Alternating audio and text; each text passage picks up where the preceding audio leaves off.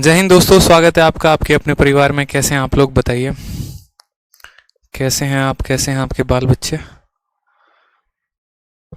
बताओ बताओ। Good evening सभी को। कैसा है सब रे? ठीक है। Friendship day all of you, क्या बात है। देख लो कहीं मैडम मैसेज ना देख रही हो, क्या पता बुरा मान जाए, समझ रहे हो। चलिए, तो सभी को जो है फ्रेंडशिप डे की बहुत सारी शुभकामनाएं। चलिए आ जाइए। एडवांस मैथ कौन से टॉपिक से स्टार्ट होगा अभी डिसाइड नहीं किया है, डिसाइड करेंगे तो बता देंगे। और बोलिए। तो मित्रता दिवस की हार्दिक शुभकामनाएं आप सभी को। आ जाइए। बाकी जब तक नौकरी ना लगे तब तक आपकी जो मित्रता है वो परमानेंट नहीं है, इस बात को भी अपने मन में डाल लें तो बेहतर होगा। ठीक है, बिल्कुल कभी भी कट सकता है। क्वेश्चन नंबर 153 पे आइए। क्वेश्चन नंबर 153 क्या है? चलिए,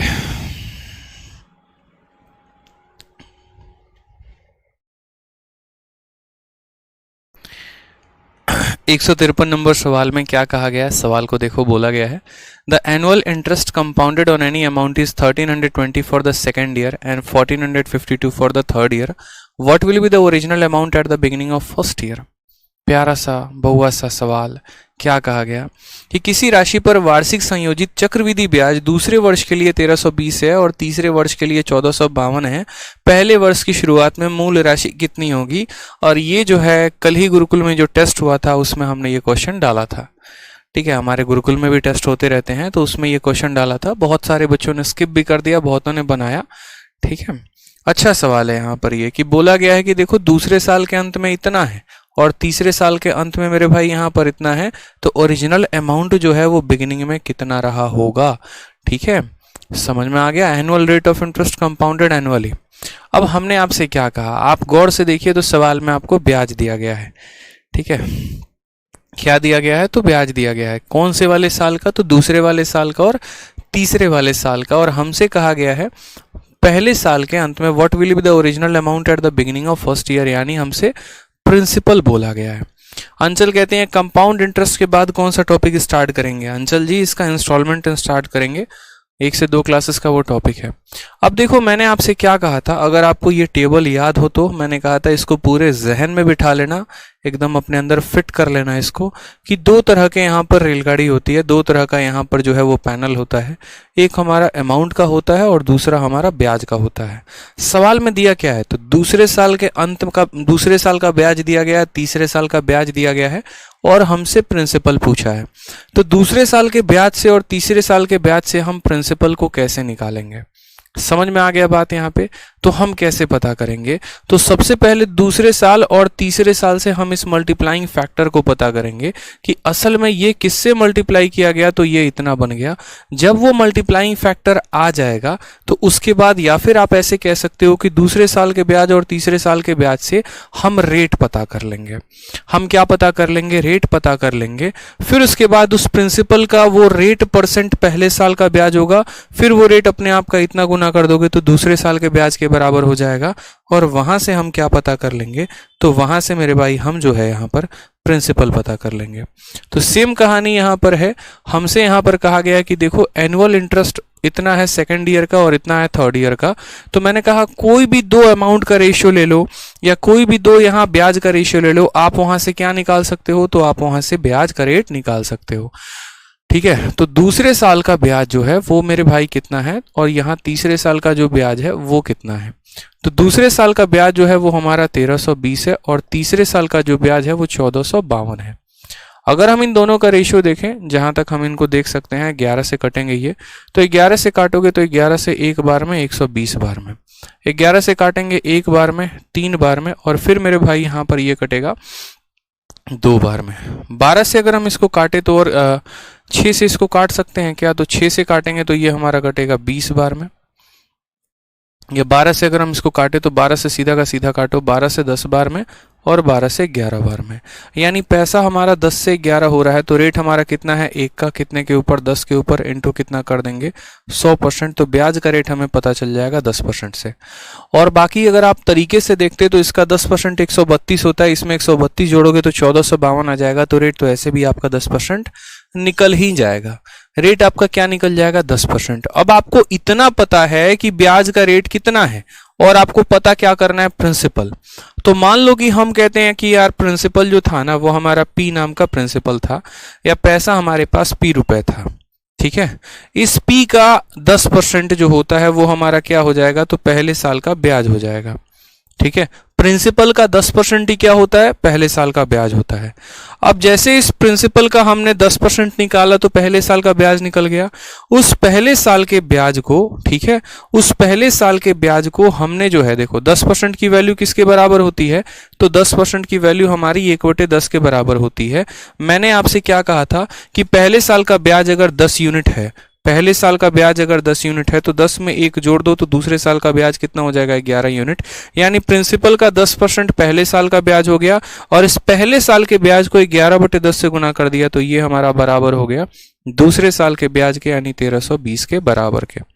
समझ में आ गया कि नहीं आ गया? पहले मुझे आप एक बात बताओ, आप बोलोगे सर देखो पहले क्या करो, रेट निकाल दो, रेट कितना आ गया 10%। फिर आप बोलोगे सर प्रिंसिपल का 10% पहले साल का ब्याज होता है और ये पैसा अपने आप का 11/10 से मल्टीप्लाई हो जाएगा तो दूसरे साल का ब्याज होता है जो कि 1320 के बराबर है। आराम से कट्टम कुटाई खेलो, आंसर आ जाएगा। 0 से 0 खत्म है, 11 से काटोगे 1 बार में और यहाँ पर 2 बार में। प्रिंसिपल कितना आ जाएगा, 12 × 3 0, हमारा आंसर हो जाएगा 12,000 रुपया। ये हमारा सटीक उत्तर था, सही तरीका था बनाने का सवाल, इससे बेहतर और कोई नहीं। ठीक है, चलिए।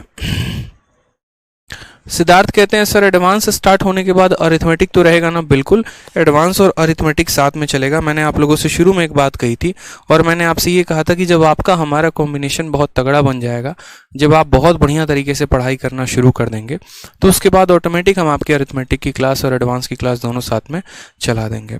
एक बच्चा बोल रहा है कि सर यहाँ 10/100 से गुना कैसे किया? बेटा पिछला वीडियो आपने देखा है मेरे भाई? बताओ आपने क्या पिछला वीडियो देखा है? ठीक है, अगर पिछला वीडियो आपने देखा है तो आपको समझ में आ जाएगा कि प्रिंसिपल का 10% ही पहले साल का ब्याज होता है।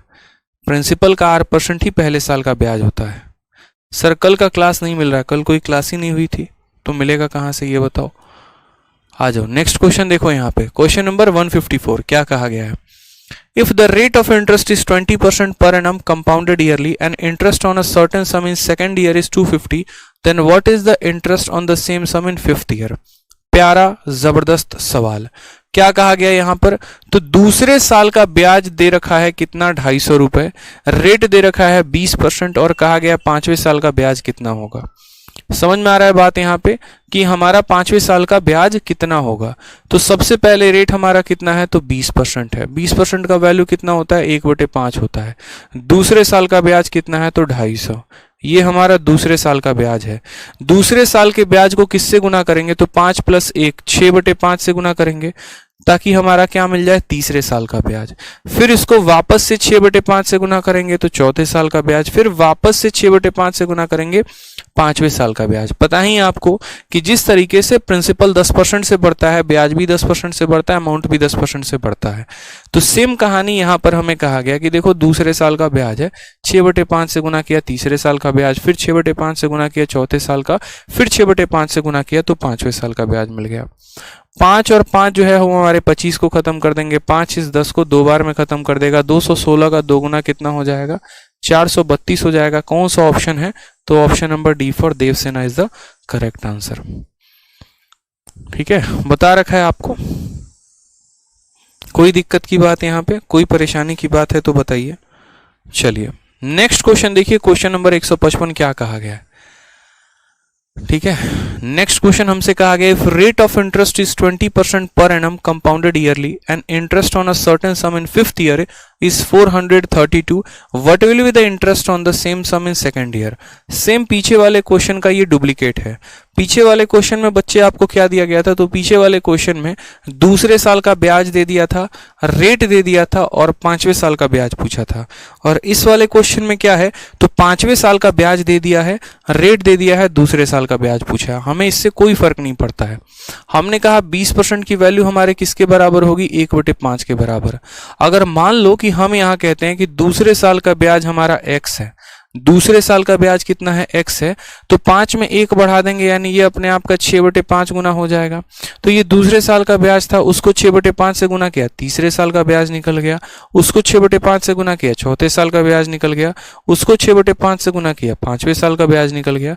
और ये बराबर हमारे किसके है, तो 432 के। दूसरे साल का ब्याज था, 20% बढ़ा दिया, तीसरे का निकल गया, फिर 20% बढ़ा दिया, चौथे का निकल गया, फिर 20% बढ़ा दिया, 5वें का निकल गया। और ये वैल्यू किसके बराबर है, 432 के। 6 6 और 6 कितना, 216। 216 इसको 2 बार में काटेगा तो x की वैल्यू कितनी हो जाएगी, 5 × 5 × 5 125, 125 का 2 गुना 250, यानी दूसरे साल का ब्याज कितना होगा, तो दूसरे साल का ब्याज हमारा 250 होगा।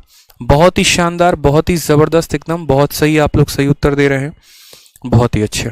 ठीक है, आ जाइए नेक्स्ट क्वेश्चन यहाँ देखते हैं। नेक्स्ट क्वेश्चन हमसे क्या कहा गया है, सवाल नंबर 156 हमसे बोला गया है। देखिए, compound interest received in third year on a certain some is 442। तीसरे साल का चक्रवृद्धि ब्याज 442 दे रखा है।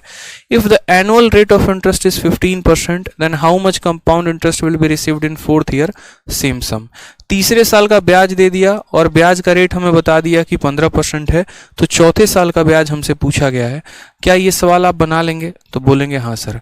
देखो 15% का रेट कितना होता है, तो 15% का अगर आप निकालोगे 15/100 यानी 3/20, तो ये फ्रैक्शन में कितना हो जाएगा, 3/20 हो जाएगा। ठीक है मेरे भाई, तीसरे साल का जो ब्याज है वो कितना है, 442 है। तो 442 को हम बोलेंगे कि ये 442 क्या है, तो तीसरे साल का ब्याज है। ठीक है, 20 में 3 से गुना कर दो, 20 में 3 बढ़ा दो, यानी 23/20, तो ये हमारा तीसरे साल का ब्याज है। इसको 23/20 से गुना करेंगे तो क्या निकल जाएगा, चौथे साल का ब्याज निकल जाएगा। वही हमसे पूछा गया, वही बताना है कि अगर हम तीसरे साल के ब्याज को 15% से बढ़ा देते हैं तो हमारा चौथे साल का ब्याज निकल जाएगा। 2 से काटो 10 बार में, 2 से कटेगा 221 बार में, गुना करो। 23 का 1 गुना, 23 का 3 हाथ में 2, 23 का 2 गुना 46, 46 और 2 48 का 8 हाथ में 4, 23 का 2 गुना 46, 46 और 4 50, 508.3 हमारा करेक्ट आंसर हो जाएगा। Option number B is the correct answer. ठीक है, ऑप्शन नंबर बी जो है वो हमारा क्या होगा, करेक्ट आंसर होगा। ठीक, आ जाओ नेक्स्ट क्वेश्चन देखते हैं। क्वेश्चन नंबर 157 मेंस का क्वेश्चन है, आपके पेपर में पूछा गया सवाल है। क्या कहा गया है सवाल में, जरा वो देखिए।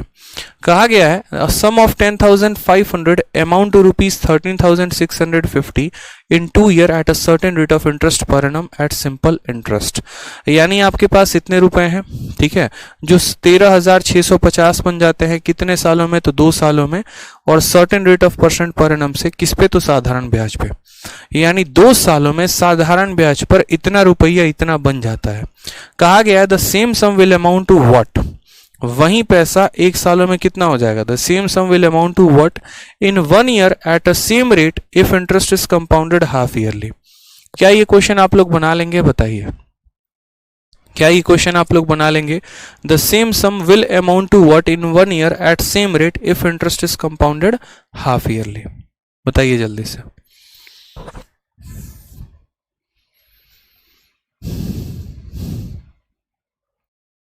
कोई दिक्कत की बात है, प्रिंसिपल दिया है, अमाउंट दिया है, टाइम दिया है, तो क्या रेट ऑफ इंटरेस्ट निकाल सकते हैं। फिर उसी रेट पर 1 सालों के लिए मेरे भाई यहां से बोला गया कि the same sum will amount to what, उसी रेट पर आपको अमाउंट का वैल्यू पता करना है कितने समय के लिए, तो 1 साल के लिए, और इंटरेस्ट क्या होगा, तो हाफ ईयरली होगा। बता सकते हैं, चलिए 1 2 1 3 4 बच्चे आंसर बता रहे हैं बहुत ही शानदार तरीके से। चलिए, तो सबसे पहले हम यहाँ पर रेट का पता करते हैं कि रेट का मेरे भाई मान क्या होगा। तो आप देखिए, प्रिंसिपल आपके पास इतना है और आपका जो अमाउंट है वो मेरे भाई इतना है, ठीक है। तो हम रेट पता करते हैं। रेट बराबर क्या होता है, तो फॉर्मूला पढ़ा रखा है, रेट बराबर SI upon principal into 100 upon time. SI हमारा कितना है, तो बोलोगे सर 10,500 में 2,000 जोड़ दो, 3,000 तो 13,500 यानी 3,150 हो जाएगा। तो हमारा ब्याज कितने का, 3150 का। तो ये हमारा ऐसा ही हो गया। प्रिंसिपल हमारा कितना है, तो 105,000 है, इनटू हमारा हो जाएगा 100 और बट्टे में हमारा हो जाएगा टाइम, कि बट्टे में हम क्या लिखेंगे, टाइम लिखेंगे। हमने कहा देखो 20 से 20 खत्म, 105 से काटेंगे तो 30 बार में खत्म, और 2 से काटेंगे तो 15 बार में खत्म, यानी रेट हमारा आ जाना है 15%। रेट हमारा कितना आ जाना है, 15% आ जाना है। अब हमें क्या करना है, तो हमें इसी पैसे को चक्रवृद्धि ब्याज पे देना है। चक्रवृद्धि ब्याज पे देना है तो यहाँ पर चक्रवृद्धि ब्याज पे पैसे को ईयरली देना है, हाफ ईयरली देना है, बोलोगे हाफ ईयरली देना है। हाफ ईयरली का रेट क्या होगा, ईयरली का रेट अगर 15 है तो हाफ ईयरली का रेट उसका आधा हो जाता है। हाफ ईयरली का समय कितना होगा, तो बताओ। 1 ईयर दिया गया है तो 1 का 2 गुना यानी 2 बार, क्योंकि हाफ ईयर में रेट आधा होता है और समय 2 गुना होता है। रेट आधा होता है और समय क्या होता है, 2 गुना होता है। ये बात आपको पता ही है कि हाफ ईयर में रेट जो होता है वो आधा हो जाता है और समय जो होता है वो 2 गुना हो जाता है। तो 15 का आधा 7.5 हो गया, समय 1 का 2 गुना 2 हो गया। 7.5 का 2 बार सक्सेसिव, तो यहाँ पर जो ब्याज निकलेगा वो कितना निकलेगा, तो बोलोगे सर 7.5 जमा 7.5 जमा 7.5 इंटू 7.5/100। ये हमारा सक्सेसिव का फॉर्मूला होता है a + b + a × b upon 100। 7.5 और 7.5 हो जाएगा 15, ठीक है। अभी फिलहाल एक पल के लिए देखो तो ये 7.5 नहीं 75 है, और 75 का स्क्वायर निकालना है। और किसी भी संख्या का स्क्वायर अगर आपको निकालना है जिसके क्या के स्थान पर 5 है तो कैसे निकालोगे, 5 का स्क्वायर 25 का 5 लिख दोगे, हाथ में 2, ठीक है। और उसके 5 का स्क्वायर कर दो तो आ जाएगा 25, और 7 को उसके अगले संख्या के साथ गुना कर दो, यानी 7 की अगली संख्या 8 होती है, तो 7 × 8 हमारा हो जाएगा 56। तो यहाँ लिखेंगे 5625, ठीक है। 2 जीरो यहाँ पर है, 2 डेसिमल यहाँ पर है, कुल मिलाकर 4 अंकों के बाद दशमलव लगेगा, 1 2 3 4, यानी यहाँ पर। तो बोलेंगे सर 15.5625% का क्या मिलेगा, तो इतने परसेंट का हमें ब्याज मिलने वाला है। इतने परसेंट का हमें क्या मिलने वाला है, तो ब्याज मिलने वाला है। जो हमें दिया गया है वो क्या है, तो प्रिंसिपल है, कितना, इतना, और हमसे पूछा क्या है, ब्याज पूछा है। तो हम यहाँ पर बोलेंगे कि सर देखो ये जो 10,500 रुपया है ये हमारा प्रिंसिपल है, यानी 100% का मान है, और हमें कितने का निकालना है, तो इतने परसेंट का मान निकालना है, यानी 15.562% का मान हमें निकालना है, ठीक है। अब यहाँ पर देखेंगे तो आपके ऑप्शंस जो हैं वो काफ़ी करीब करीब में हैं, जैसे ऑप्शन ए हो गया, ऑप्शन नंबर सी हो गया। तो आपको डेसिमल को लगभग पास में ही लेकर चलना पड़ेगा। आप ऐसा नहीं कर सकते कि बहुत ज़्यादा डेसिमल्स को आप स्किप कर दो।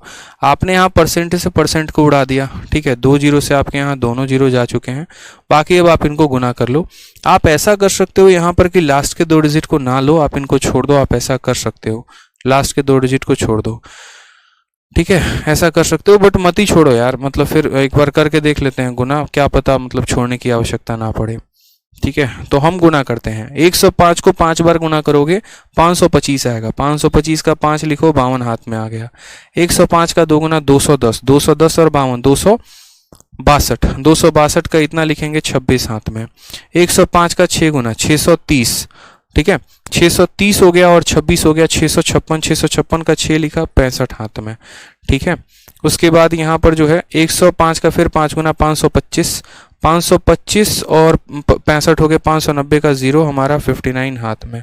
105 का 5 गुना 525, 525 और 50 575, 575 और 9 584 का 4 हाथ में तुम्हारा आ जाएगा 58, और तुम्हारा 105 का 105 हो गया 208। ये हम सही कर रहे हैं क्या, मल्टीप्लिकेशन में कहीं गड़बड़ कर दिया क्या हमने?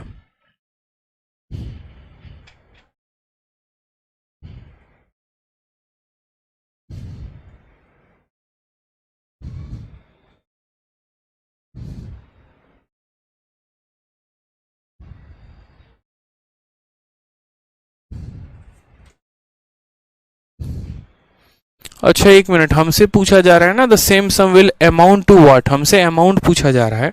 तो हमसे अमाउंट पूछा जा रहा है तो हम यहाँ किससे गुना करेंगे, तो हम यहाँ पर देखो ये जो दिया गया 100% का मान है, तो हम 115.56% का मान पता करेंगे। हम प्रिंसिपल में ब्याज को जोड़ देंगे तो हम 115.5625% का मान पता करेंगे, और इसमें हम इतने परसेंट का वैल्यू पता करने वाले हैं, तो इसमें हम लास्ट के 2 डिजिट को स्किप कर देते हैं, ठीक है। अब इनको गुना करो आप, तो आप इनको गुना करोगे तो अब यहाँ से आप डायरेक्ट निकाल सकते हो। 115 का 6 गुना कितना हो जाएगा, 630 का 0 लिख लो, 63 हाथ में। 105 का 5 गुना 525, ठीक है, 525 और 525 और 60, ठीक है, 525 और 60, 585, 588 का 8, 58 हाथ में। 105 का 5 गुना 525, 525 और 58, 25 और 8, 33, 33 और 183, ठीक है, 583 का 3, 58 हाथ में वापस से। 105 का 1 गुना 105 होता है, 105 और 58, 163 का 3, 16 हाथ में, और 105 का 1 गुना 105 और 16, 121, तो 1213380, और यहाँ दशमलव के बाद 2 अंक है तो लगा दिया, यानी 12,133 के करीब में, यानी ऑप्शन नंबर जो ए है वो हमारा करेक्ट आंसर है, ये हमारा सही तरीका है। तो हमें थोड़ा मल्टीप्लिकेशन का यहाँ खेल था, बड़ा बढ़िया सवाल था, और बढ़िया इसीलिए था क्योंकि ये मेंस का पूछा गया क्वेश्चन था, और ठीक है, यहाँ पर बच्चे वाला सवाल नहीं था कि हाँ प्री वरी में पूछ लिया गया हो और आप इसको बता दें। तो आपको भी पता है यहाँ पर कितना पैसा इतना बन गया, तो वहां से रेट निकालना था, फिर इस रेट पर 2 बार का सक्सेसिव लगाना था, तो ब्याज इतना % का आता, जो दिया गया था वो इतने की वैल्यू थी और इतने % की वैल्यू हमें निकालनी थी, क्योंकि प्रिंसिपल देके अमाउंट पूछा था। प्रिंसिपल 100% होता है, अमाउंट हमारा 115 इतना % सॉल्व करेंगे, इतना आंसर आ जाएगा। बहुत बुद्धिजीवी लोग यहाँ पर बच्चे हैं हमारे जो कैलकुलेटर का इस्तेमाल कर रहे हैं, ठीक है, कोई कैलकुलेटर नहीं मिलने वाला है बाबू परीक्षा में, तो ध्यान रखो, ठीक। चलिए आ जाइए नेक्स्ट क्वेश्चन यहाँ देखते हैं। नेक्स्ट क्वेश्चन हमसे क्या कहा गया है, 158 की बात करते हैं, ठीक है।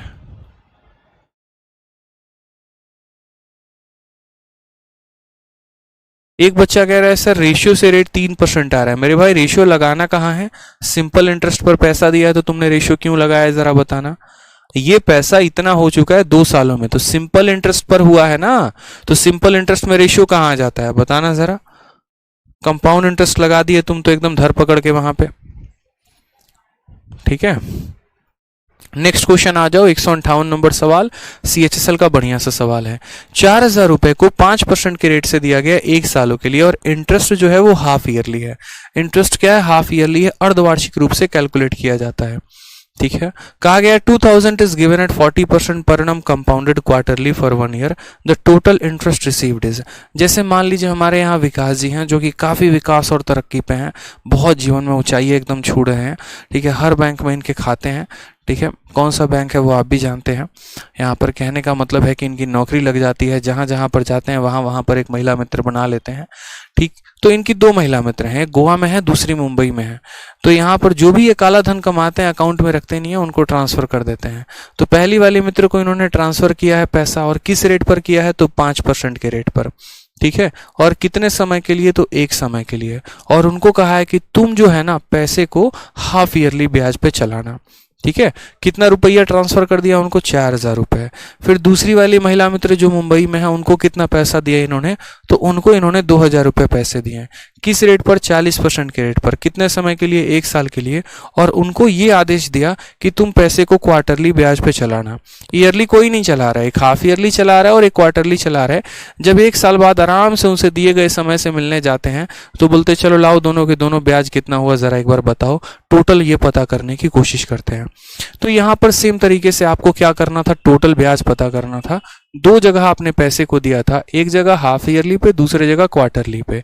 हाफ ईयरली पे आपने कितना पैसा दिया था, तो हाफ ईयरली पर जो पैसा दिया था वो आपका 4,000 रुपए था, ठीक है। रेट आपका 5% था। हमेशा कहता हूं जो रेट होता है ना वो रेट के आगे देखा करो क्या लिखा है, तो पर एनम है, यानी प्रत्येक वर्ष का जो रेट है वो 5% है। लेकिन पैसे को आपने किस पर दिया है, हाफ ईयरली पे। तो हाफ ईयरली में रेट क्या हो जाता है, आधा। तो यहां पर रेट को हम क्या कर देंगे, 2.5% कर देंगे। साथ में हाफ ईयरली में समय जो होता है वो क्या हो जाता है, अपने आप का 2 गुना। तो 4,000 is given at 5% for 1 year. कितने समय के लिए दिया गया था, 1 साल के लिए। तो हाफ ईयरली में रेट आधा और समय क्या हो जाएगा, 2 गुना हो जाएगा। ये बात ध्यान रखो। दूसरी वाली जो मित्र को इन्होंने पैसे दिए थे उनको कितने पैसे दिए थे, 2,000 रुपए, ठीक है। समझ में आ गया बात। उनका रेट अगर हम देखें तो उनका रेट जो है वो 40% पर एनम है। एक साल का रेट कितना है? 40%।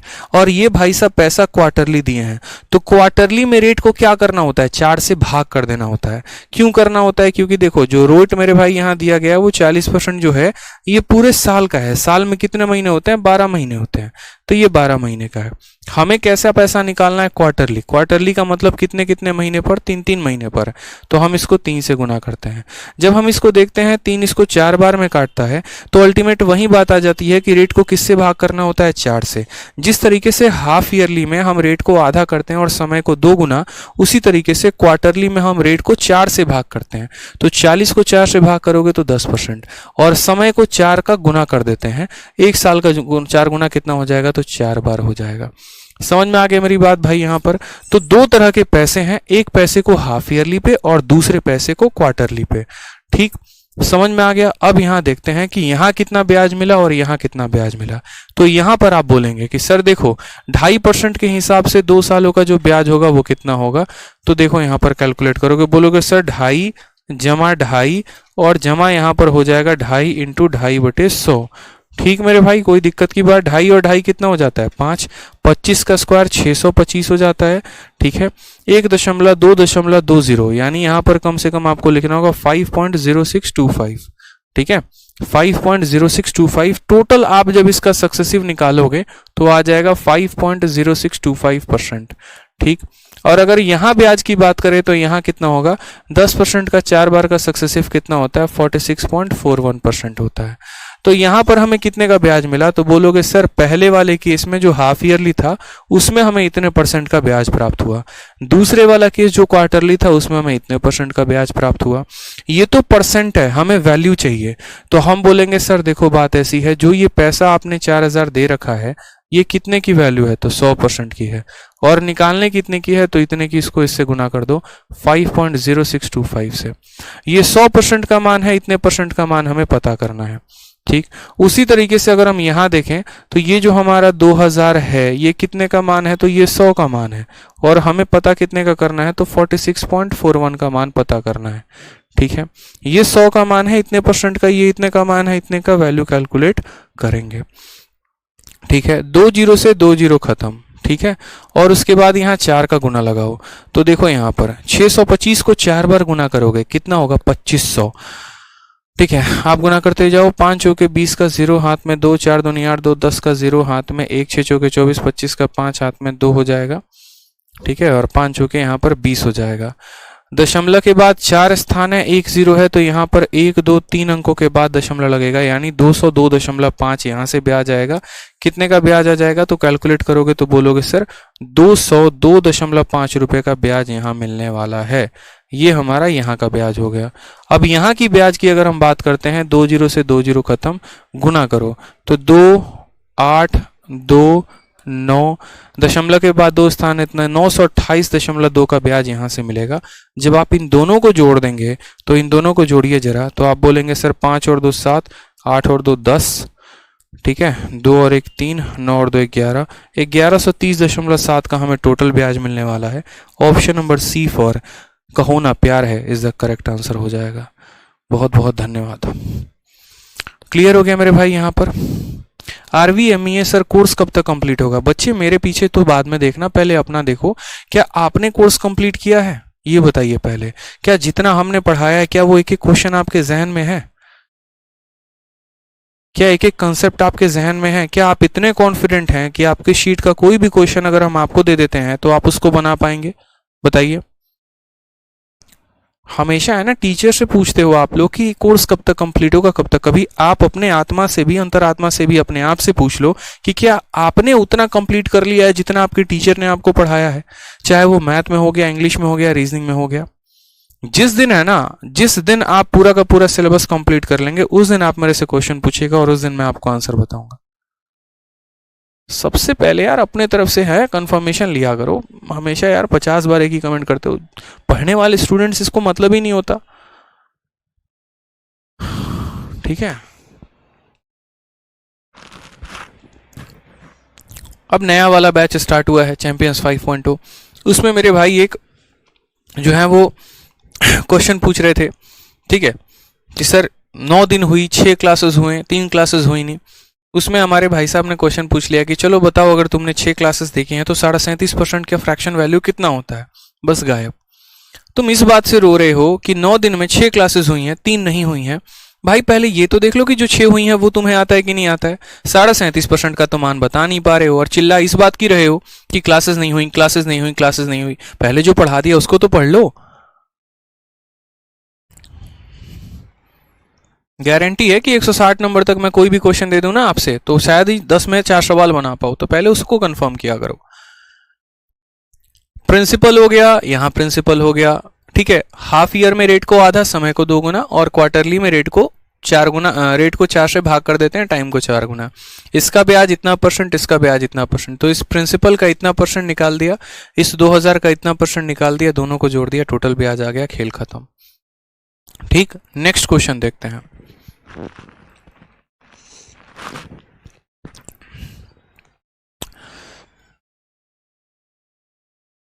क्वेश्चन नंबर 159 देखो क्या कहा है, यहां से बढ़िया सवाल है। Rahul invested 2 equal sum of money at compound interest under 2 scheme A and B. Under scheme A the interest rate was 10% per annum and under scheme B the interest rate was 12% per annum. The compound interest after 2 years on the sum invested in scheme A was 1050. How much is the interest earned in scheme B after 2 years if interest is compounded annually in both scheme? बहुत ही शानदार, बहुत ही जबरदस्त question है आपका ये, CGL mains का पूछा गया 18/11/2020 को। बताइए।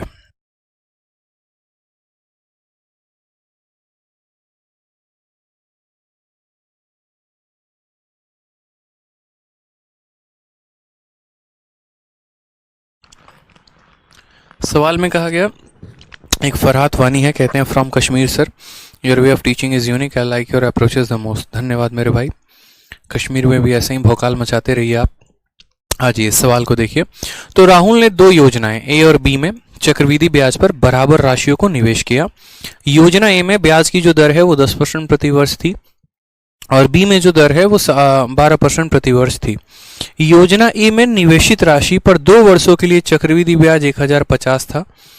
2 वर्षों के बाद योजना बी में कितना ब्याज प्राप्त होगा यदि दोनों योजनाओं में ब्याज जो है वो वार्षिक संयोजित है। टोटल यहां पर कितने स्कीम है, तो बोलोगे सर 2। कौन कौन सा, तो एक ए है और दूसरा कौन सा है, तो बी है।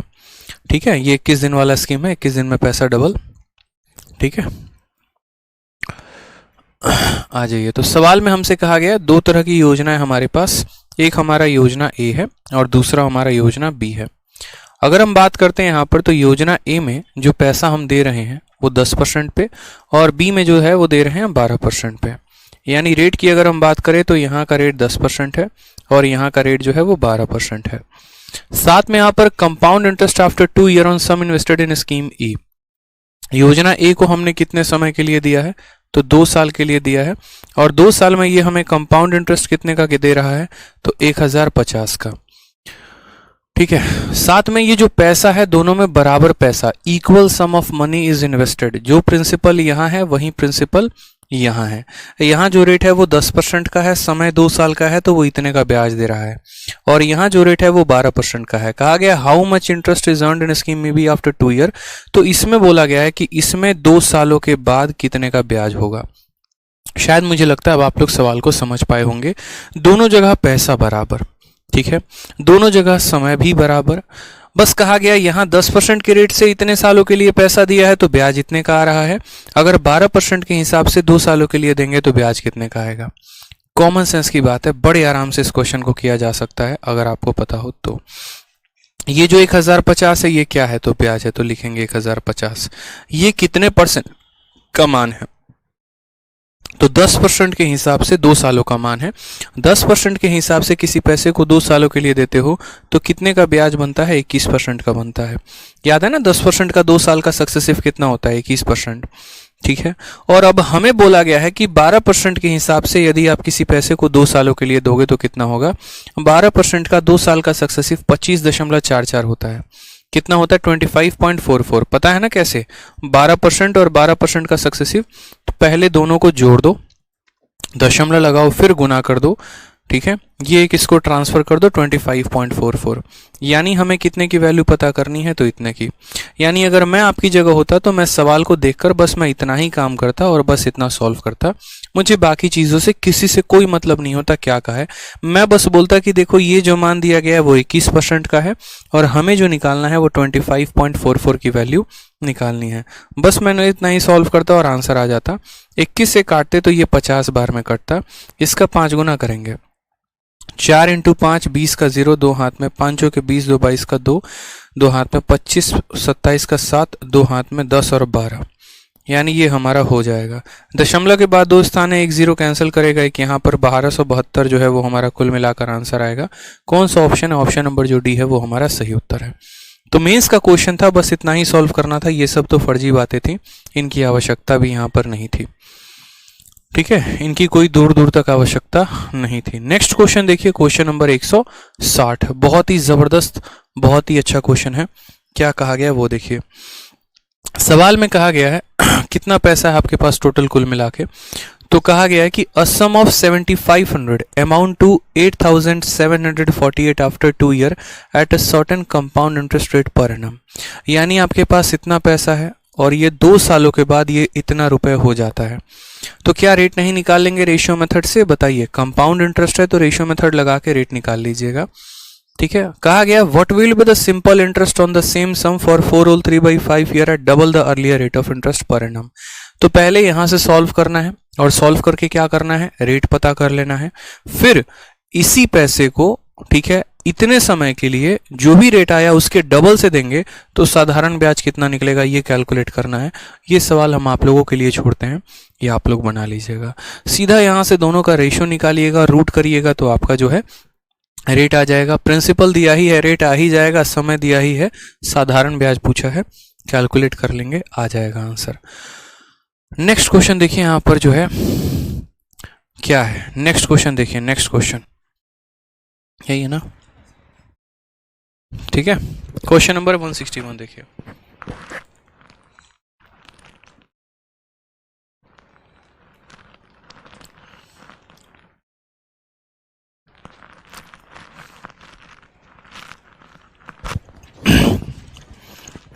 चलिए ये भी क्वेश्चन देखिए। भी क्वेश्चन में क्या कहा गया, सवाल में कहा गया 161 में, ठीक है। एक मेरे भाई बोलते हैं कि sir cumulative rate of interest क्या होता है। क्यूमुलेटिव रेट ऑफ इंटरेस्ट हो गया या सक्सेसिव हो गया, दोनों के दोनों एक ही हैं आपके, इसमें कोई फर्क नहीं है। सवाल की भाषा अलग अलग होती है, ठीक है। जनरली किरण विरण की जब आप किताबें लगाते हो ना तो उसमें ये सब क्यूमुलेटिव रेट और ये सब दिया होता है। क्यूमुलेटिव हो गया, इफेक्टिव हो गया, तो असल में उनमें सक्सेसिव ही लगाना होता है। ठीक है मेरे भाई मलिक साहब, आ जाइए। नेक्स्ट क्वेश्चन यहां देखिए। नेक्स्ट क्वेश्चन 161 नंबर सवाल क्या कहा है, सेम 160 नंबर का ये फोटोकॉपी है। जिस तरीके से 160 नंबर सवाल में दिया गया था कि देखो इतना पैसा इतना बन जाता है 2 सालों में, तो वही पैसा डबल रेट से इतने सालों में कितने का साधारण ब्याज देगा। 161 में भी वही सवाल, एकदम डिट्टो फोटोकॉपी, कि तुम्हारा इतना पैसा इतना बन जाता है 2 सालों में, तो वापस से रेशियो लगाओगे, रेशियो लगाकर रेट निकालोगे, ठीक है। और उसके बाद कहा गया है when the interest is compounded yearly, rate निकाल लोगे।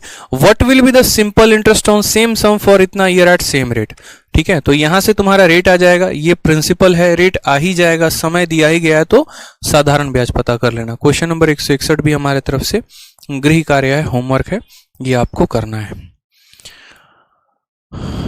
ठीक है। आ जाइए नेक्स्ट क्वेश्चन देखिए। क्वेश्चन नंबर 162 क्या कहा गया, बहुत ही प्यारा, बहुत ही लाजवाब क्वेश्चन। ये क्वेश्चन कराने लायक है, ये एक नए कंसेप्ट पर है और मैं इसी का वेट कर रहा था। सवाल में कहा गया divide ₹66,300 between A and be in such a way that amount that A receive after 8 year is equal to amount that B receive after 10 year with compound interest being compounded annually at a rate of 10% per annum। ये सवाल CGL के इसी बार के 20 अप्रैल 2022 को पूछा गया सवाल है, अभी से आपके कुछ मंथ पहले, ठीक है। तो अब मुझे बताइए एक बात, ये सवाल, ऐसे सवाल आपके क्या पूछे जाते हैं पेपर में जो फेमस टाइप होता है।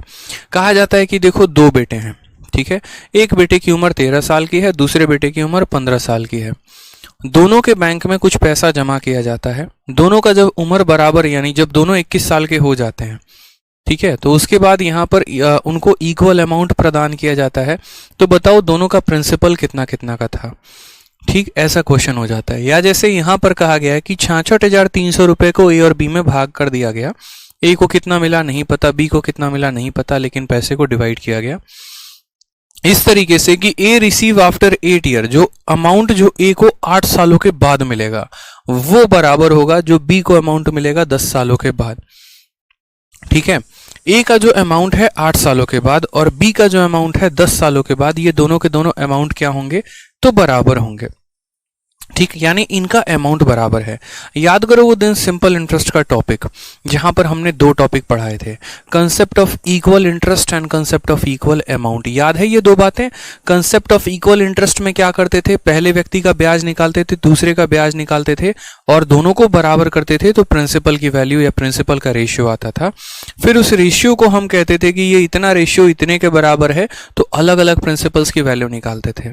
फिर उसी में एक और टॉपिक पढ़ा था, अगर आप सिंपल इंटरेस्ट की शीट देखेंगे तो सिंपल इंटरेस्ट में भी मैंने आपको दो केसेस कराए हैं, एक कंसेप्ट ऑफ इक्वल इंटरेस्ट और एक कंसेप्ट ऑफ इक्वल अमाउंट।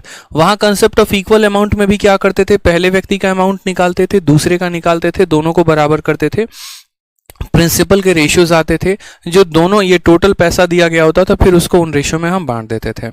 तो सेम टॉपिक सिंपल इंटरेस्ट में भी था, सेम टॉपिक कंपाउंड इंटरेस्ट में भी है। वहां पर भी कंसेप्ट ऑफ इक्वल इंटरेस्ट और कंसेप्ट ऑफ इक्वल अमाउंट था, यहां पर भी कंसेप्ट ऑफ इक्वल इंटरेस्ट और कंसेप्ट ऑफ इक्वल अमाउंट है। तो ये जो क्वेश्चन है ये कंसेप्ट ऑफ इक्वल अमाउंट का क्वेश्चन है, जहां पर अमाउंट बराबर होता है। तो जब भी मेरे भाई यहां पर ये क्वेश्चन आप पढ़ो ना कि आपका कोई व्यक्ति का पैसा 5 सालों के बाद जो मिलेगा और किसी व्यक्ति का पैसा 8 सालों के बाद जो मिलेगा, वो दोनों बराबर होगा, यानी उनके अमाउंट को बराबर करने की बात की जा रही है। तो अमाउंट को बराबर कैसे किया जाता है या अमाउंट की वैल्यू क्या होती है। तो जैसे मेरे भाई यूं बात समझ लो कि अगर आपका प्रिंसिपल P है, रेट आपका R% है, समय आपका T है, तो जो अमाउंट होगा वो क्या होगा, तो अमाउंट का फॉर्मूला होता है प्रिंसिपल इंटू 1 + R/100 का पावर T। ये हमारा अमाउंट का फॉर्मूला होता है। बचपन में हमने इस फॉर्मूले को पढ़ा था और उसके बाद यहाँ पर आज इसकी ज़रूरत पड़ेगी।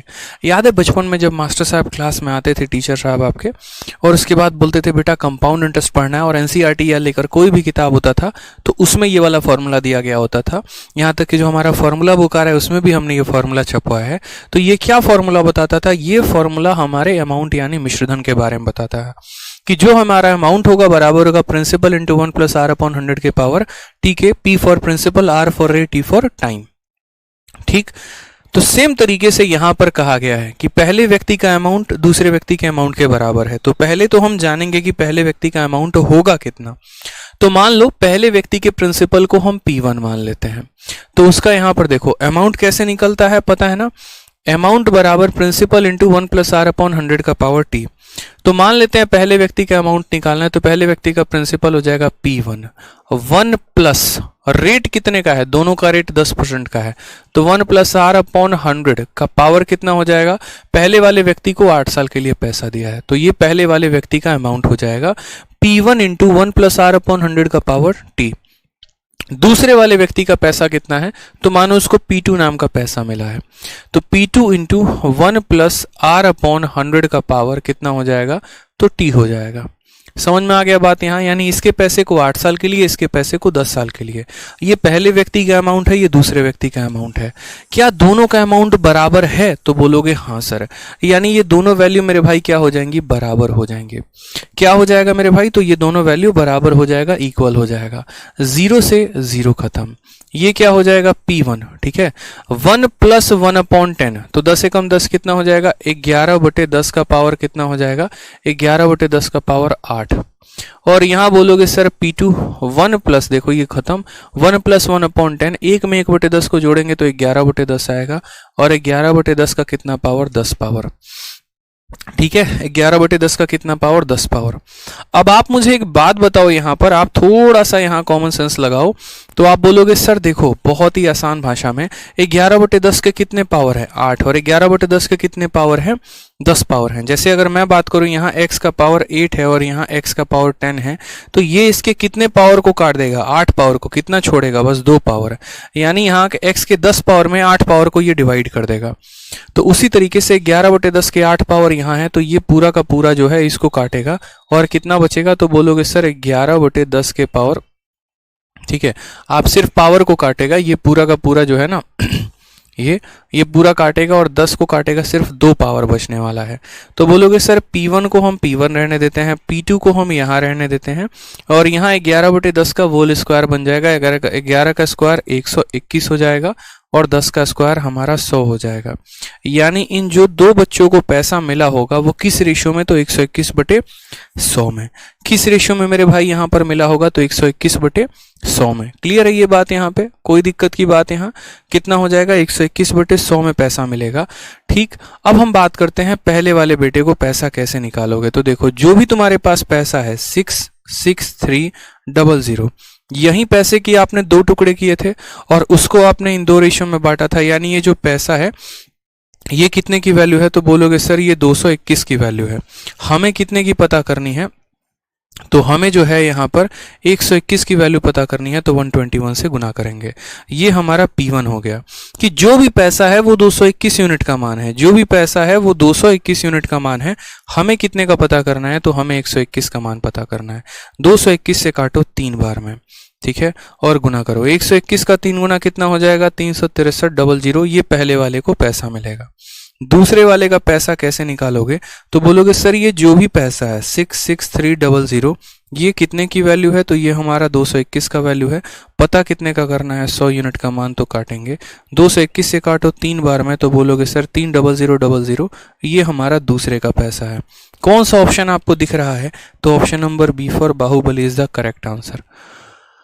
ठीक है, समझ में आ गया मेरे भाई, यहाँ पर कोई दिक्कत की बात है। तो हमने यहाँ पर क्या कहा, हमने कहा कि देखो इसका अमाउंट P1 × 1 + r/100 का पावर t और इसका अमाउंट P2 × 1 + r/100 का पावर t।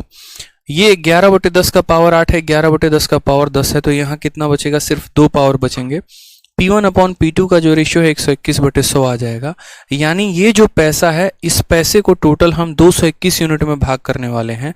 तो जो पैसा है वो 221 यूनिट का मान है, हमें 121 का निकालना है, तो ये आंसर आ जाएगा।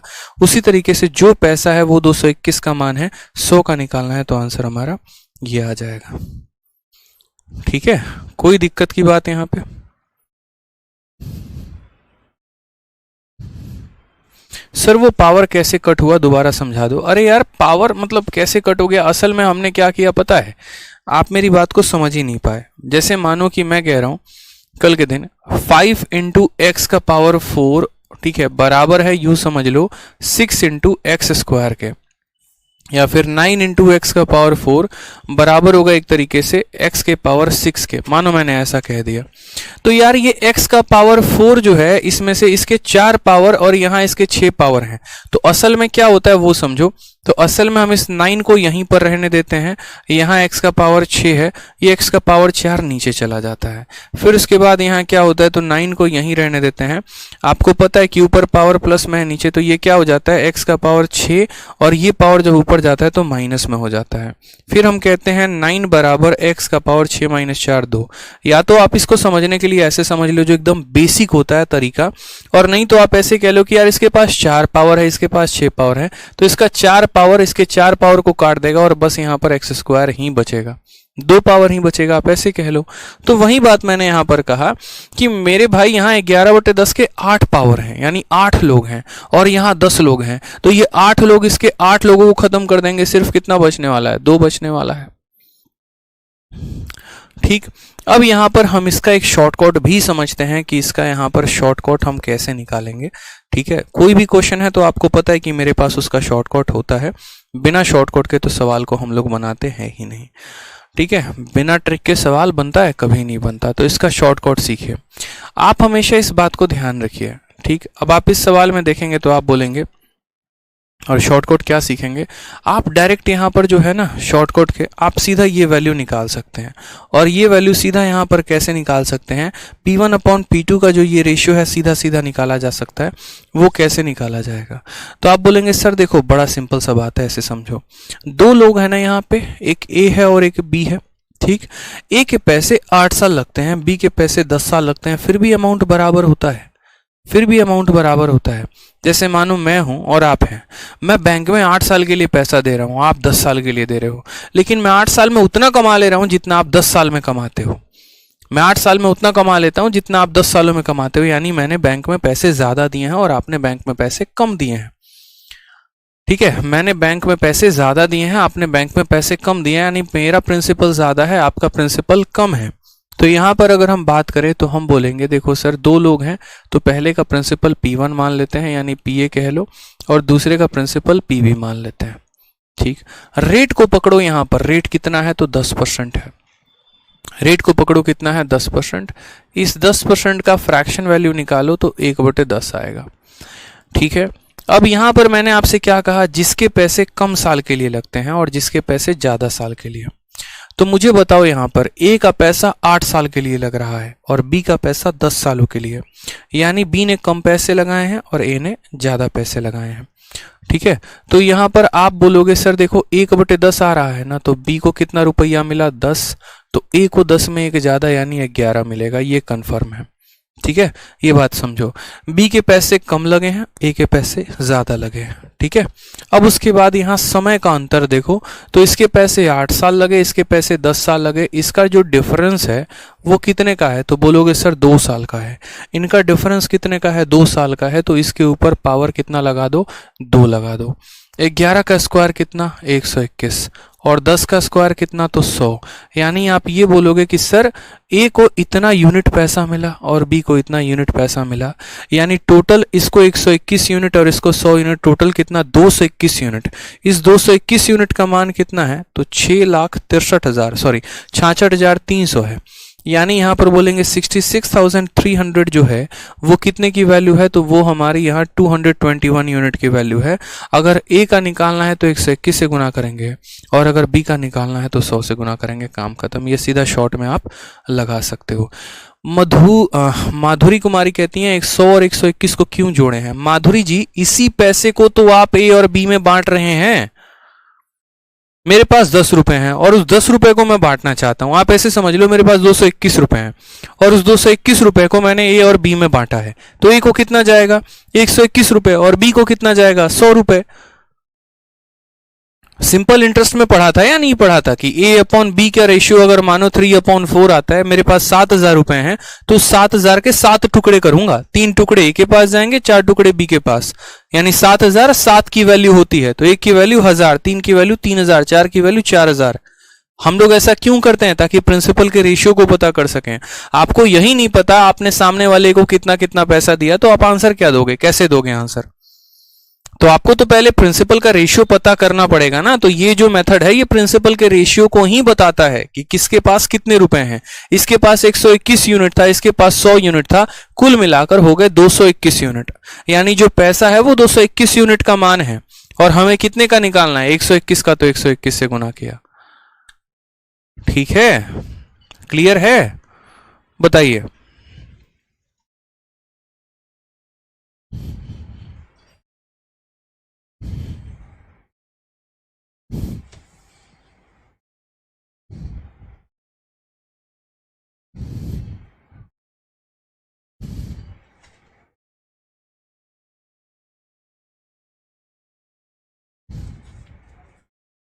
कोई दिक्कत की बात बताओ, यहां पे कोई परेशानी की बात।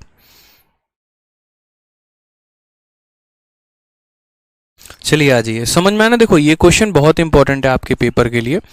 ठीक है, आपको कुछ नहीं करना, दो लोग हैं, ठीक है, दोनों के पास अलग अलग पैसा जमा है, दोनों को सेम रेट ऑफ इंटरेस्ट पे जमा है, तो उस केस में हमने उनकी वैल्यूज को निकाला। अब आपको और थोड़ा सा हम कंफर्म करवाएंगे, थोड़ा सा इस सवाल को हम आपको पक्का और करवा देंगे। जैसे ये सवाल जो है आपको 20 अप्रैल 2022 को पूछा गया था ना, तो एक और क्वेश्चन इसी पैटर्न पर हम आपको करवाते हैं जो आपके यहाँ पर 18 अप्रैल 2022 को पूछा गया। ठीक, सेम यहाँ पर भी सेम तरीके से क्वेश्चन आपका कहा गया है। कहा गया है कि देखो जोसेफ ने टोटल 52,500 रुपए को बैंक में जमा किया, और कितने, तो दो बेटियों के बैंक में जमा किया। पहले की उम्र 15 साल है, दूसरे की उम्र 16 साल है। इस तरीके से कि दोनों को इक्वल अमाउंट मिलेगा। कब, जब वो 18 साल की हो जाएंगी तब।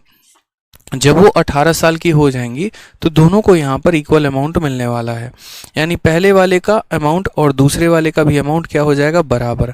कहा गया कि यदि बैंक उनको 10% का रेट देता है, then what is the amount that Joseph has deposited in the name of his younger daughter. तो छोटी वाली बेटी के नाम पर कितने पैसे जमा हुए। ठीक, अब आप मुझे बताइए यहाँ पर उनकी कितनी बेटी हैं, दो बेटी हैं, दोनों के पैसे दोनों के नाम पर बैंक में पैसे जमा कर रहे हैं, बिल्कुल। तो सबसे पहले आप रेट को लिखिए, तो आप रेट को लिखेंगे तो बोलेंगे 10%।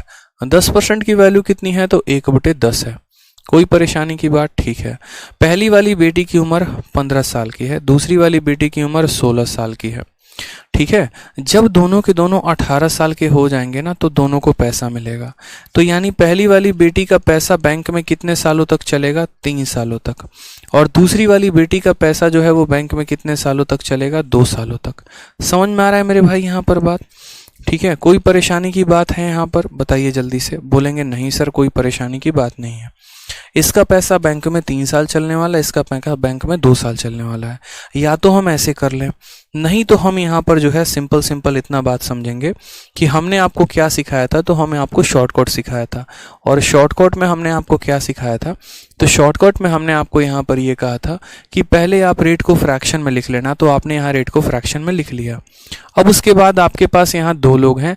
मान लो कि एक छोटी वाली बेटी है, तो यहाँ पर उसको लिखेंगे यंगर वाइफ, और यंगर वाली मतलब छोटी वाली बेटी, ठीक है। और यहाँ पर जो बड़ी वाली बेटी है उसको बी का नाम देंगे। ऐसे समझ लो, छोटी वाली को सी नाम दे दो, बड़ी वाली को बी नाम दे दो। आप ऐसे कह लो, ठीक, कि छोटी वाली को सी और बड़ी वाली को बी, ठीक है। अब यहाँ पर यूं समझ लो कि छोटी वाली की उम्र है आपकी 15 साल और बड़ी वाली की उम्र है आपकी 16 साल, और दोनों को 18 साल पे पैसे बराबर मिलने हैं। यानी इसके पैसे बैंक में 3 साल रहेंगे, इसके पैसे बैंक में 2 साल रहेंगे। अब खुद यहाँ पर सोचो, 2 ऐसे लोग हैं, ये व्यक्ति 3 साल तक मर के कमाता है, 3 साल तक अपने पैसे को बैंक में रखता है, तो इसको कुछ अमाउंट मिलता है। और ये व्यक्ति मात्र 2 सालों में उतना अमाउंट कमा लेता है जितना इस व्यक्ति ने 3 सालों में कमाया है। यानी इसने बैंक में थोड़ा सा पैसा जमा किया था और इसने एक ही बार बैंक में बहुत ज़्यादा पैसा जमा कर दिया। यानी इसका पैसा कभी भी ज़्यादा होगा। बड़ी वाली बेटी का जो पैसा है वो ज़्यादा होगा, क्यों, क्योंकि उसके पैसे कम समय के लिए हैं, ठीक है। जिस भी व्यक्ति के पैसे बैंक में कम समय के लिए रहते हैं तो उसके पास ज़्यादा अमाउंट होता है, और जिस भी व्यक्ति के पैसे बैंक में ज़्यादा समय के लिए रहते हैं यानी उसके पास पैसा कम होता है, ठीक है।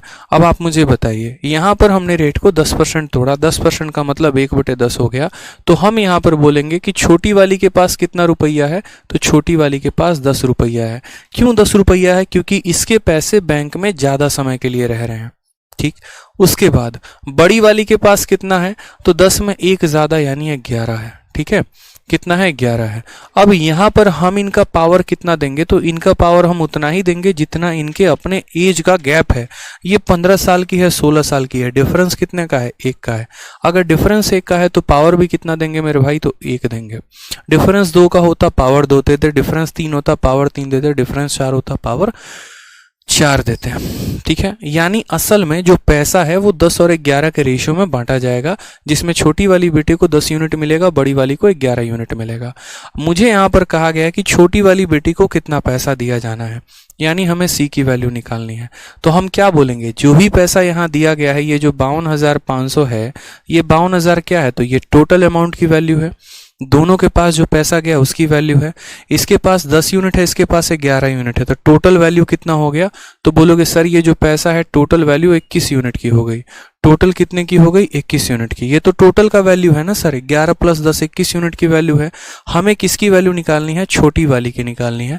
छोटी वाली के पास कितना यूनिट है, 10 यूनिट है, तो इसको किससे गुना करेंगे, 10 से गुना करेंगे। 21 से काटोगे तो 21 से काटो 21 को 2 गुना 42 और 5 बार में और 00, तो यहाँ पैसा कितना आ जाएगा, तो 25,000 आ जाएगा। ये हमारा करेक्ट आंसर होगा। मात्र आप सवाल को 2 लाइन में सॉल्व कर पाओगे अगर आपको सही अप्रोच और सही कंसेप्ट पता है तो। लेकिन अगर आपको सही अप्रोच या सही कंसेप्ट नहीं पता है तो भूलते रहोगे, भटकते रहोगे इसी तरीके से, लेकिन पेपर सॉल्व नहीं होगा। तो ध्यान रखना था यहाँ पे।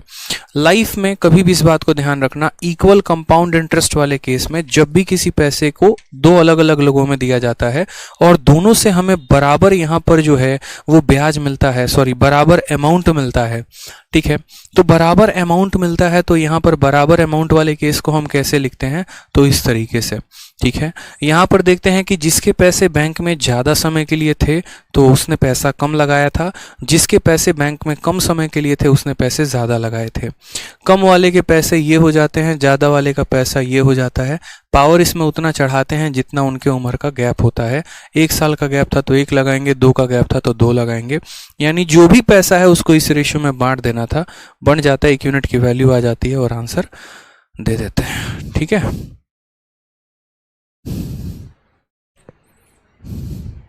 कोई दिक्कत की बात? आ जाइए नेक्स्ट क्वेश्चन देखिए। सारे के सारे जितने भी बाद वाले क्वेश्चंस है ना, सारे के सारे मिसलेनियस के क्वेश्चंस है और जबरदस्त क्वेश्चन है। 160 से ऊपर जितने भी शीट में आपके क्वेश्चन दिए गए हैं भौकाल क्वेश्चन है मेरे भाई यहाँ पे। सर 11/10 और 10/11 में कंफ्यूज हो गया। अरे रवि चौधरी बाबू हमारे, तुमको कितना बार समझाया, मेरा शब्द तुम नहीं सुनता है यार, खतरनाक आदमी है तुम। कंफ्यूज क्या होना था, लिखने के तरीके थे, मैं तरीका बदल देता हूँ। यहाँ पर लो, इस तरीके को मैं बदल दे रहा हूँ, मैं ऐसे लिख देता हूँ, मैं बी को ऊपर लिख देता हूँ, सी को नीचे लिख देता हूँ। लो छोटी वाली को कितना मिल गया 10 और बड़ी वाली को 10 में एक ज्यादा है 11 मिल गया। लो अब सही है, अब बोलो ये ज्यादा सही लग रहा है ना, ठीक है ना, अब तो कोई दिक्कत की बात यहाँ। बस इतना ध्यान रखना है, जिसने पैसे ज्यादा समय के लिए बैंक में जमा किया है उसके पैसे कम होंगे। पीछे वाले क्वेश्चन में देखो, पीछे वाले क्वेश्चन में इस भाई साहब बी वाले का पैसा 10 सालों तक था बैंक में, 10 सालों तक था, यानी इसने पैसे कम लगाए हैं, तो इसीलिए बी का पैसा कभी भी कम होगा। ए ने पैसे मात्र 8 साल के लिए लगाए थे, यानी कम समय के लिए लगाए थे, तो इसका पैसा ज्यादा समय के लिए होगा, तो इसीलिए ए का पैसा 10 + 1 11 तो आ जाएगा। जिसका समय ज्यादा उसका पैसा कम, जिसका समय कम उसका पैसा ज्यादा, ठीक। उसी तरीके से अगले सवाल में, इन मोहतरमा की उम्र 15 साल है और इनकी उम्र 16 साल है। ये बैंक में कितने सालों तक पैसा जमा करेंगी 3, और ये बैंक में कितने सालों तक 2, यानी इसका समय कम है, इसका समय कम है, इसका समय कम तो इसका पैसा ज्यादा, और इसका समय ज्यादा तो इसका पैसा कम। क्लियर हो गया ये बात यहाँ पे?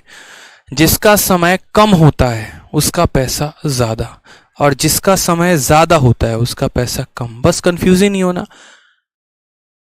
ठीक है। क्लियर है? बताओ।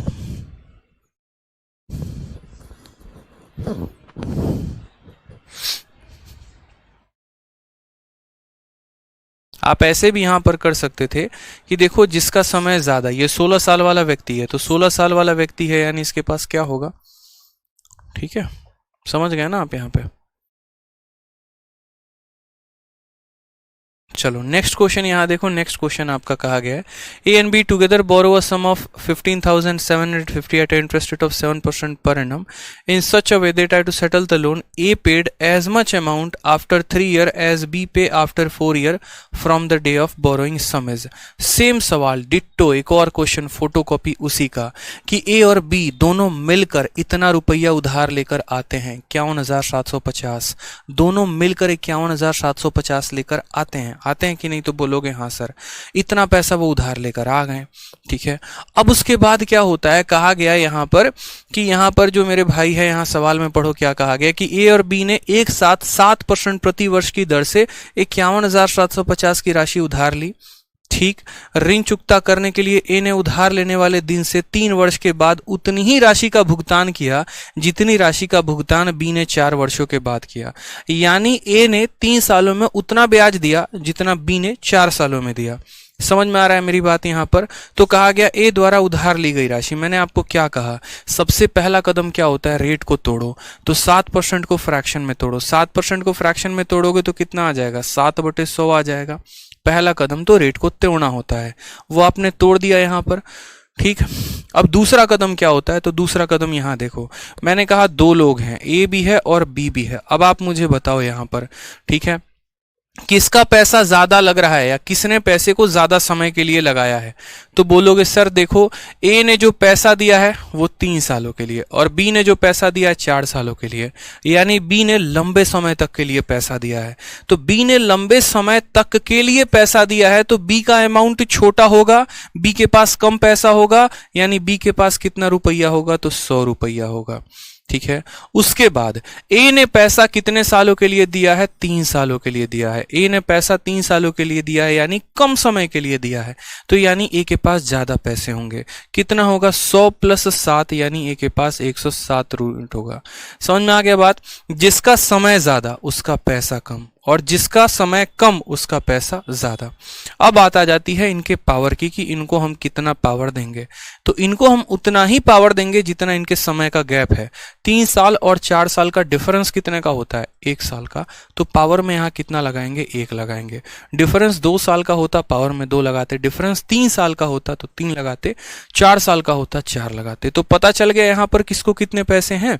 ए को पैसा 107 यूनिट जाएगा, बी को पैसा 100 यूनिट जाएगा। सवाल में किसका अमाउंट पूछा गया है, सम बोरोड बाई ए, यानी ए का पैसा पूछा गया है। तो हम क्या बोलेंगे, हम बोलेंगे ये जो टोटल पैसा है 51,750, ये पैसा किसने लिया था, तो ए और बी दोनों ने लिया था, यानी ये जो पैसा है दोनों का मान है।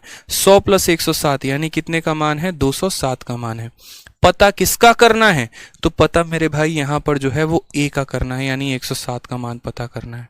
तो इसको किससे गुना करेंगे, 107 से गुना करेंगे। ठीक है, अब आप इसको थोड़ा सा जो है वो काटो काटोगे यहां पर तो बोलोगे सर देखो 207 से काट रहे हैं तो 207 से ये पूरा कटेगा। देखो एक बार 207 का 2 गुना कितना हो जाएगा, तो बोलोगे सर 414। ठीक है, 17 से 14 गया तो 3 आ जाएगा, 103, 1035 और 207 से फिर 5 बार में यानी 250 पे जाएगा टोटल। ठीक है, 250 टाइम्स चला जाएगा। 0 का यहाँ 0 लिख लेंगे। 107 का 5 गुना कितना हो जाएगा, 535। 535 का 5 लिखेंगे, ठीक है, और 53 हाथ में। 107 का 2 गुना 214 और 214 और 50 कितना, 264, 267। यहाँ 26750 जो है वो हमारा करेक्ट आंसर आएगा। Option number D for Devasena is the correct answer. समझ गए मेरी बात को। तो देखिए सेम कंसेप्ट लगाया, सेम ट्रिक लगाया और बड़े बड़े सवालों को भी हवा में उड़ाकर फेंक दिया। ये वो सवाल हैं जो सबसे ज्यादा परेशान करते हैं, इस वजह से इनको हमने मिसलेनियस में रखा। इनके कैटेगरीज अलग होते हैं, इनके टाइप्स अलग होते हैं, इनके पूछने का तरीका अलग होता है, बट फिर भी हमारे पास इनका बेस्ट अप्रोच है। जिसका पैसा कम समय के लिए लगता है यानी उसके पास ज्यादा पैसा है, जिसका पैसा ज्यादा समय के लिए लगता है यानी उसके पास कम पैसा है। ठीक है, बी ने ज्यादा समय के लिए इन्वेस्ट किया था इसीलिए इसके पास 100 रुपए हैं। ए ने कम समय के लिए इन्वेस्ट किया था इसीलिए इसके पास 107 रुपए हैं। दोनों के समय का अंतर 1 साल का है तो पावर 1 लगा देंगे। ठीक है, जो टोटल वैल्यू है वो 207 यूनिट की है, हमें 107 का निकालना था, गुना किया, खेल खत्म, आंसर। ठीक है, अब तो समझ में आ गया होगा 3-3 एग्जाम्पल के बाद। अगर अब भी नहीं आया होगा ना तो जाएंगे यहाँ से सिग्नेचर ब्रिज पे आज शाम को और जाके वहीं से हम सुसाइड करेंगे, जान लो। यहाँ पे इतना मेरे समझाने के बाद भी अगर नहीं आया तो दिल्ली में है सिग्नेचर ब्रिज, यहीं से कुछ दूर पे है, जाएंगे वहीं पे, चिल्लाएंगे एक बार जोर से, मारो मुझे मारो, और वहीं से कूद जाएंगे, जान लो।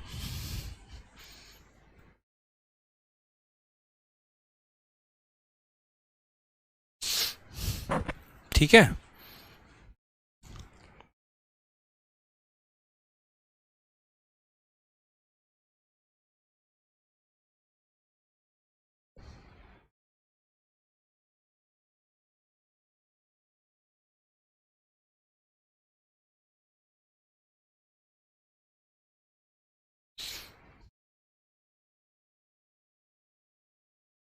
चलिए अब आप लोगों का थोड़ा सा काम आसान कर देते हैं। सबसे पहले तो यहाँ पर आपके 3 सवाल हैं और ये तीनों सवाल हम आपके लिए दे रहे हैं। सबसे पहले यहाँ पर ये क्वेश्चन देखो, ये क्वेश्चन आपसे कहा गया है Amit borrow a sum of 25,000 on simple interest, Bhola borrowed the same sum at compound interest, at the end of 2 year Bhola had to pay इतना मोर, यानी सिंपल इंटरेस्ट और कंपाउंड इंटरेस्ट का डिफरेंस दे रखा है। तो कहा गया है रेट ऑफ इंटरेस्ट जो है वो मेरे भाई कितना है। समझ में आ गया बात यहाँ पे, ठीक है। अमित और भोला दो लोग हैं, दोनों ने बराबर पैसे उधार लिए हैं, दोनों ने 25,000 रुपये उधार लिया है। एक ने सिंपल इंटरेस्ट पर लिया, एक ने कंपाउंड इंटरेस्ट पर लिया है। जिसने कंपाउंड इंटरेस्ट पर लिया उसको 160 रुपये ज़्यादा देने हैं, यानी सिंपल और कंपाउंड का डिफरेंस कितने का है, तो 160 का है, रेट ऑफ इंटरेस्ट बोला है। तो हमने यहाँ पर याद करो फॉर्मूला पढ़ा था 2 सालों का, अगर आपको पता होगा तो 2 सालों का फॉर्मूला क्या होता था, तो P इंटू आर अपॉन 100 का होल स्क्वायर बराबर होता है किसके, तो बराबर होता है मेरे भाई डिफरेंस के। पता है कि नहीं पता है, तो बोलोगे हाँ sir. P into R upon 100 का होल स्क्वायर बराबर होता है किसके, तो सिंपल और कंपाउंड के डिफरेंस के। प्रिंसिपल मेरे भाई कितना है, तो 25,000 है, तो प्रिंसिपल के जगह पर 25,000 लिख देंगे। ठीक है, रेट का पता है तो नहीं पता है तो कोई बात नहीं, यहाँ रेट के जगह पर आर का स्क्वायर लिख देंगे। नीचे कितना है, तो 100 का स्क्वायर है, तो 100 का स्क्वायर यानी 4 को 0, और डिफरेंस कितने का है, तो 160 का है। ठीक है, क्योंकि जो व्यक्ति साधारण ब्याज पे लिया उसका ब्याज कम होगा, जो चक्रवृद्धि पे लिया उसका ब्याज ज़्यादा होगा, तो P इंटू आर अपॉन 100 का होल स्क्वायर इसके बराबर है। अब देखोगे यहाँ पर तो आप यहाँ से कितने जीरो को काट पाओगे, 3 जीरो से आप इसके 3 जीरो को काट पाओगे। ठीक है, उसके बाद यहाँ पर बात करते हैं आर के स्क्वायर को लेके, तो ये 10 इसके साथ गुना हो जाएगा तो ये 1600 बना देगा, और 25 नीचे आ जाएगा तो इतना बना देगा। आर का स्क्वायर हमारा इतना हो जाएगा, अगर हम दोनों साइड रूट करें तो यहाँ आर आ जाएगा, 1600 का रूट करेंगे तो 40 आ जाएगा, 25 का रूट करेंगे 5 आ जाएगा, इसको काटोगे तो 8% आएगा। यानी यहाँ पर क्या आंसर होगा, तो ऑप्शन नंबर जो सी है वो हमारा करेक्ट आंसर है। ठीक है, तो ये हलवा सवाल था, बकवास सवाल था। 2 लोग हैं, दोनों ने पैसे बराबर लिए हैं, दोनों के ब्याज का जो डिफरेंस है वो इतना दे रखा है, तो हमने कहा ठीक है। ये उस केस में हमारा फॉर्मूला मददगार होता है जब हमारे पास रेट ही नहीं दिया गया होता, क्योंकि बहुत बच्चे सोचते हैं सक्सेसिव लगा के निकाल लेंगे, लेकिन बाबू अगर तुमको रेटे नहीं देगा तो तुम क्या सक्सेसिव लगाओगे बताओ। तो रेट दिया होता है तो सक्सेसिव लगा लोगे ना, नहीं दिया रहेगा तो फॉर्मूला ही तुम्हारे काम आना है। जैसे यहाँ रेट का आबो हवा पता ही नहीं था, उस केस में फॉर्मूला का हम उपयोग करते हैं और सीधा का सीधा क्या निकालते हैं, रेट निकालते हैं।